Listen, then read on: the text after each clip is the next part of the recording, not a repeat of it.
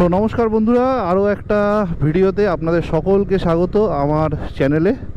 আর আজকে আমি বেরিয়ে পড়েছি একটা ছোট্ট ট্রিপ বলতে ভুল হবে, বাট প্রথম একটা কাজে বেরিয়েছি। সেখানে ভাবলাম যদি রাস্তার কিছু ইনফরমেশান আপনাদের দিয়ে দেওয়া যায়।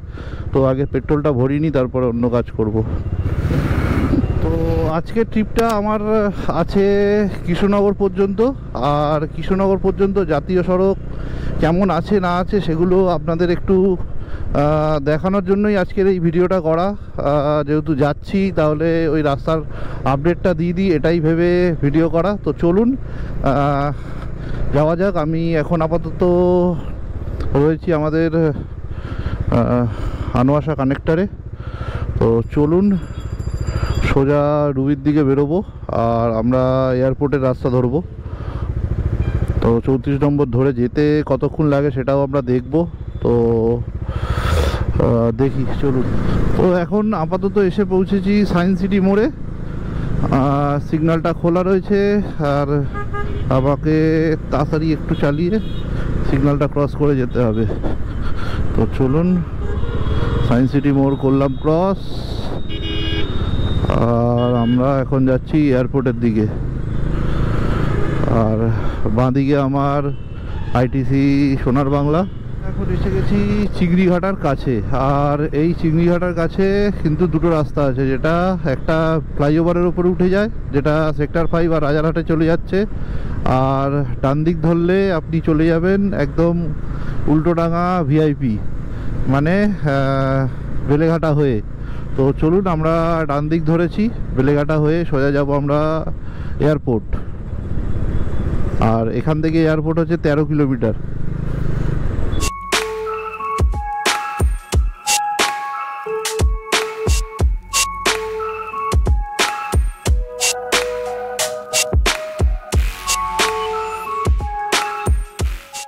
তো আমরা এখন এসে গেছি কেষ্টপুর, আর এখান থেকে আমাদের ধরবো আমরা ফ্লাইওভার।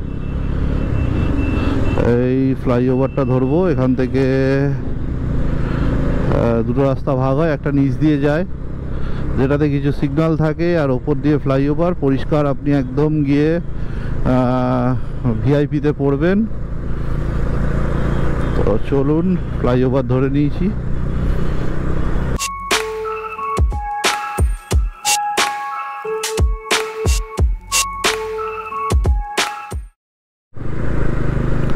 তো আমি এখন পৌঁছেছি এয়ারপোর্টের কাছে।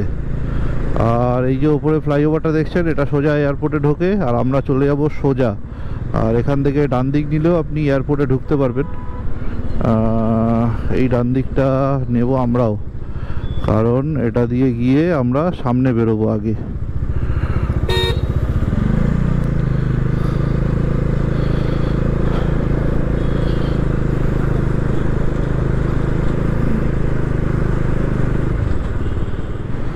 তো এখন রয়েছি যশোর রোডে, এটা হচ্ছে মাইকেল নগর।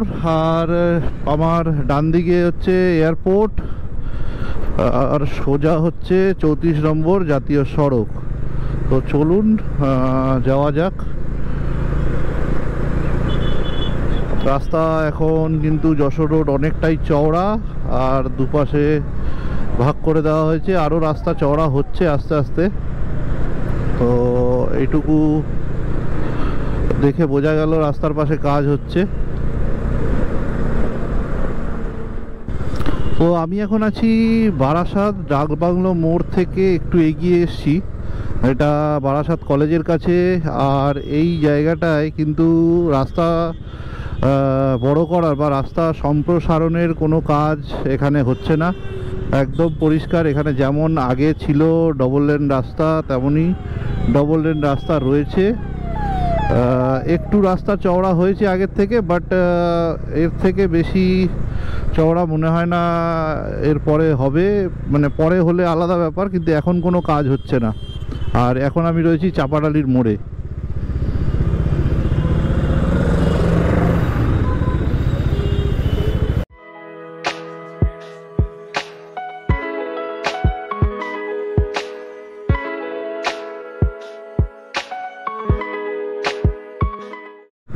তো এখন আমি রয়েছি একদম বারাসাত ব্যারাকপুরের কাছাকাছি। বারাসাত টপকে গেছি, ব্যারাকপুরের সামনাসামনি। তো এখানে রাস্তা কিন্তু একটু চওড়া হয়েছে আগের থেকে, দুপাশে 2-4 লেনের রাস্তা। আর এখান থেকে কৃষ্ণনগর 83 কিলোমিটার। তো চলুন যাওয়া যাক। তো আমি আছি এখন বেলডাঙ্গা থেকে একটু আগিয়ে। আর এই বেলডাঙ্গার কাছে কিন্তু রাস্তা একটু বেটার হয়েছে, মানে রাস্তা খুব খণ্ড মানে অফরোড রাস্তা ছিল, সেটাকে ভালো করা হয়েছে। বাট রাস্তা সম্প্রসারণের কাজ কিন্তু এখানে বন্ধ আছে, কোনো কাজ হচ্ছে না। কারণ এদিকে রাস্তা চওড়া করার জন্য জমি নেওয়া হয়েছে, দুদিকেই জমি রয়েছে, সেগুলো এখনো কাজ শুরু করা হয়নি। তো এখন আবার একটা আমরা সিঙ্গেল লেনে এসে পড়লাম। যেরকম আগে এখানে লেন ছিল সিঙ্গেল লেন, সেরকম সিঙ্গেল লেনে আমরা এসে পড়েছি। আর এই জায়গাটা মোস্ট প্রবাবলি কোন জায়গা আমি দেখে একবার আপনাদের আপডেট করছি। এটা জাগুলিয়ার কাছেই হবে, জাগুলিয়া থেকে একটু আগেই, মানে জাগুলিয়ার একটু আগে। তো এই জায়গাটায় কিন্তু সিঙ্গেল লেন, মানে 2 লেনের রাস্তা, যেটা দিয়ে আগেও গাড়ি চলতো, এখনও চলছে। এই জায়গায় কোনো সম্প্রসারণের কাজ হয়নি কিন্তু। 34 নম্বর জাতীয় সড়কের ওপরে এখন আমি আছি। তো এই জায়গাটার নাম হচ্ছে মাসুন্ডা। আর এই জায়গাটায় কিন্তু কোনো রকম সম্প্রসারণের কাজ হচ্ছে না, কারণ এটা যেরকম সিঙ্গেল লেন ছিল সেরকম সিঙ্গেল লেনও আছে, এবং রাস্তা কিন্তু খুব একটা ভালো না। রাস্তায় জায়গায় জায়গায় পটহোল আছে, এবং এই পারের থেকে যেটা আসার রাস্তা, মানে আপনি কৃষ্ণনগরের দিক থেকে যখন আসবেন কলকাতার দিকে, সেই রাস্তাটা বেশি খারাপ। তো চলুন। আর এই রাস্তায় তো জানেন ট্রাকের মারামারি খুব বেশি, ট্রাকগুলো একদম পারলে গায়ের ওপর দিয়েই যায়। আর সরু রাস্তাও এটা। তো এখনো পর্যন্ত এইটুকু জায়গায়, মানে বেলডাঙ্গার এই পোর্শনটা, বেলডাঙ্গা এই পোর্শনটায় কোনো রকম কাজ কিন্তু, মাসুন্ডা বলে এই জায়গাটা, বেলডাঙ্গা থেকে মাসুন্ডা, এখানে কোনো কাজ আমি কিন্তু দেখতে পেলাম না। তো যারা নর্থ বেঙ্গল এই রাস্তা দিয়ে আসার প্ল্যান করছেন, তারা কিন্তু বুঝে শুনে আসবেন, কারণ এই রাস্তায় এখনো পর্যন্ত কোনো রকম কাজে অগ্রগতি হয়নি, মানে 34 নম্বর সম্প্রসারণে। তো চলুন সামনের দিকে এগোনো যাক, আর দেখাই আপনাদের যে কৃষ্ণনগর পর্যন্ত আর কোথায় কোথায় কাজ হয়েছে, কোথায় কোথায় হয়নি। এখন কিন্তু এই পোর্শনটায় আপাতত কোনো কাজ হয়নি। তো এখন আছি মাসুন্ডার রাজবেরিয়ার কাছে। আর এই জায়গায় কিন্তু দেখতে পাচ্ছি যে 2-4 লেনের রাস্তা নতুন খোলা হয়েছে। আর এই জায়গাটায় দেখতে পাচ্ছেন এখানে চকচকে 4 লেনের রাস্তা, দুপাশে 2-4 লেন। আর পাশে একটা সার্ভিস রোডও দেখতে পাচ্ছি, দুপাশে দুটো সার্ভিস রোড রয়েছে। তো এটা হচ্ছে রাজবেরিয়া মাসুন্ডা, 34 নম্বরের ওপরেই আছি। এই জায়গাটায় কিন্তু রাস্তা ভালো, যেটা এখান থেকে দেখুন শিলিগুড়ি, বেথুয়াডহরি সব কিছুরই এখান থেকে বোর্ড দেখতে পাবেন। আর রাস্তাটা কিন্তু এখানটায় ভালো, খারাপ না। এতক্ষণ চলছিলাম আমরা সিঙ্গেল লেন রাস্তার ওপরে, এখন আমরা রয়েছি ডবল লেন রাস্তা, মানে 2-4 লেনের রাস্তায়। আর রাস্তা মোটামুটি সেই হাইওয়ের মতো একদমই। কিলোমিটার 1.5 আসার পর আবার আমাদের নেমে পড়তে হলো ডাইভারশানে। রাস্তার কাজ এখানে চলছে, বেশ চওড়া রাস্তার কাজ চলছে, দেখে বোঝা যাচ্ছে বেশ ভালো। উপরে ফ্লাইওভারও হচ্ছে আমাদের এখন, যেহেতু ডাইভারশান দিয়ে যেতে হচ্ছে। এই ডাইভারশানের রাস্তাগুলো কিন্তু এরকম খানাখন্ড আছে। তো এখন আমরা রয়েছি রাজবেরের কাছে, বড় জাগুলি। এটা বড় জাগুলি, রাজবেরিয়ার পরে বড় জাগুলি এটা। তো এই জায়গায় কিন্তু ডাইভারশান রয়েছে, আর ডাইভারশানগুলো খুবই খারাপ, মানে বেশ বড় বড় পটহোল রয়েছে, সামনে জ্যামও দেখতে পাচ্ছি। তো বড় জাগুলিয়ার পোর্শন কিছুটা হাইওয়ে থাকলেও বাকিটা কিন্তু কাজ চলছে। এটা এখন দেখা যাচ্ছে কাজ চলছে, মাটি ফেলা হচ্ছে, ফ্লাইওভার তৈরি হচ্ছে। আর দুপাশেই ডাইভারশান রয়েছে, যেদিকে আসবেন ওদিক থেকেও ডাইভারশান আছে, যেদিকে যাবেন সেদিকেও ডাইভারশান, মানে কৃষ্ণনগর টুয়ার্ড কলকাতা দুদিকেই আপনার ডাইভারশান রয়েছে এখানে। এই ডাইভারশানটার পরে কিন্তু রাস্তাটা বেশ চওড়া। এই জায়গাটার নাম আমি এখনো পর্যন্ত দেখতে পাইনি, এটা মনে হয় বড় জাগুলিয়ার মধ্যেই পড়ে, বাট আরেকটু স্পেসিফিক নাম যদি দেখা যায় তাহলে অবশ্যই বলবো। এটা জাগুলি, বোর্ডে দেখে নিলাম জাগুলি এটা। তো জাগুলি ক্রস করে কিছুক্ষণ ভালো রাস্তার পর আবার কিন্তু সেই ডাইভারশন শুরু হয়ে গেছে, মানে এখানে সম্প্রসারণের কাজ কিন্তু চলছে, বাট সেটা খুবই ধীর গতিতে যা মনে হচ্ছে, কারণ এই রাস্তার হাল কিন্তু বেহাল, মানে রাস্তা উঁচু নিচু পথ হলে ভর্তি। আর এটা এক পাশ দিয়েই এর ডাইভারশনটা কিন্তু এক পাশেই, আর প্রচণ্ড উঁচু নিচু গাড্ডাওয়ালা রাস্তা।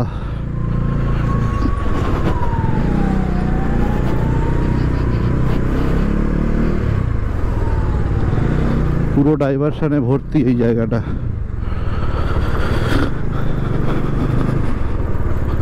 মাটি পাথর পড়ে আছে পুরো।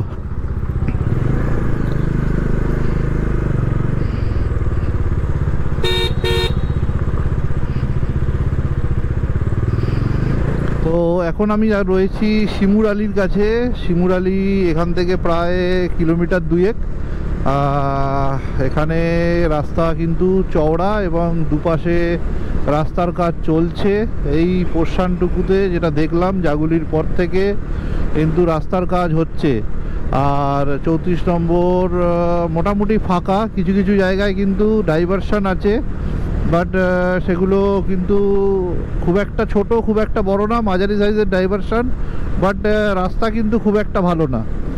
তার থেকে আমার মনে হয় আমাদের পুরনো দিল্লি রোড কিন্তু এর থেকে অনেকটাই ভালো, আর অনেকটাই তাড়াতাড়ি আপনাকে আপনার 34 নম্বরের গন্তব্যে পৌঁছে দেবে।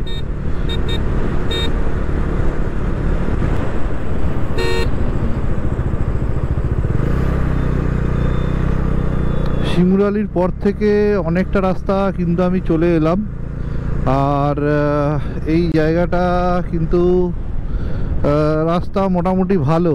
রাস্তা দুপাশে 2-4 লেনের রাস্তা, আর সম্প্রসারণের বাকি এরপরে সম্প্রসারণের কাজ কিছু চলছে না এখানে, বাট রাস্তা দুপাশে 2-4 লেনের রাস্তা, 2 আর দুপাশে ক্ষেত রয়েছে বেশ সুন্দর। শিমুরালি থেকে চাকদা পর্যন্ত রাস্তা কিন্তু বেশ ভালোই ছিল। চাকদার ঠিক শুরুর পরেই আবার রাস্তাটা খারাপ হলো, মানে খারাপ হলো ইন দ্য সেন্স রাস্তার মাঝখানে কাজ চলছে আর দুপাশে ডাইভারশন, মানে দুপাশ দিয়ে গাড়ি সরু লেনে চলাচল করছে। তো এই হচ্ছে এখন আপাতত চাকদা পর্যন্ত আপডেট। তো এখন রয়েছি পায়রাডাঙ্গার কাছে। এখানে কিন্তু রাস্তা দুপাশেরই কাজ শেষ, বাট কিছু কিছু জায়গায় এক পাশের রাস্তার পজিশান একটু খারাপ বলে তাই জন্য এটা এক পাশ দিয়ে চলছে এই পায়রাডাঙ্গার কাছে। তো চলুন আমরা আরও সামনের দিকে আগাই।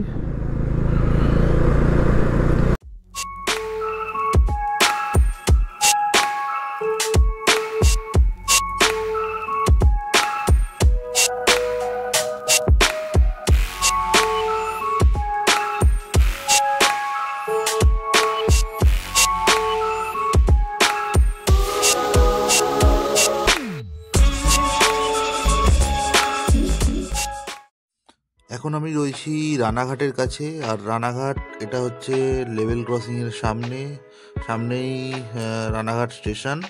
আর এই জায়গাটায় ফ্লাইওভারের কাজ হচ্ছে, বেশ দ্রুত গতিতে কাজ হতে এই জায়গাটায় দেখলাম। তো সুন্দর, এই জায়গাটায় কাজ হচ্ছে, ভালো লাগছে দেখে। তো চলুন সামনে আর কোথায় কোথায় কেমন কাজ হচ্ছে সেটারও আপডেট আস্তে আস্তে দিতে থাকবো।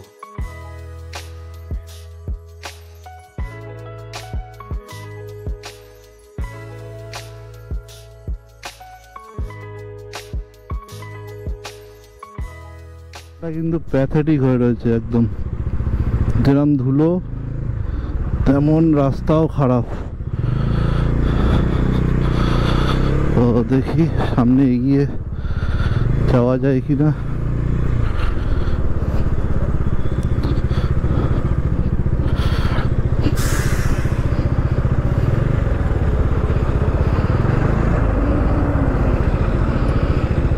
ভেতর দিয়ে রাস্তা আছে কোনো? কৃষ্ণনগর কতটা যেতে হবে?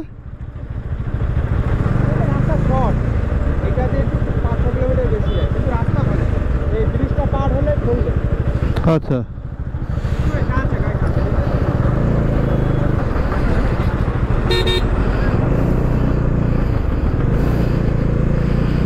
বললো ব্রিজটা পার করলে 4 লেন। দেখা যাক।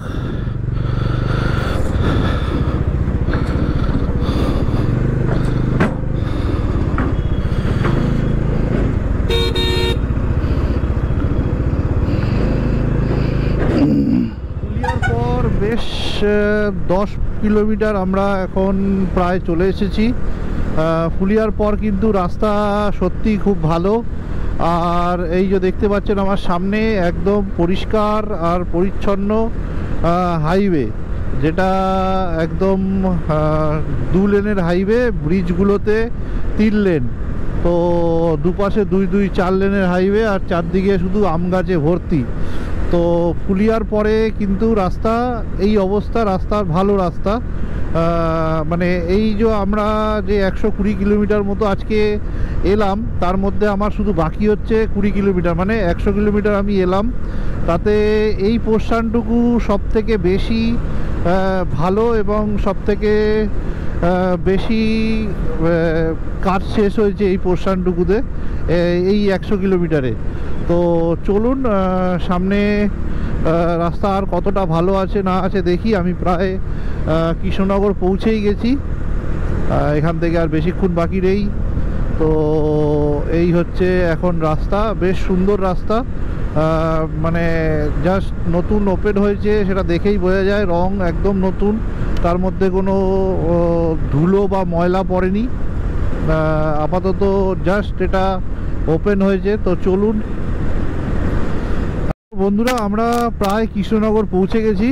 আর এই ফুলিয়া থেকে কৃষ্ণনগর যে স্ট্রেচটা প্রায় 27 কিলোমিটারের স্ট্রেচ আপাতত আমি এলাম।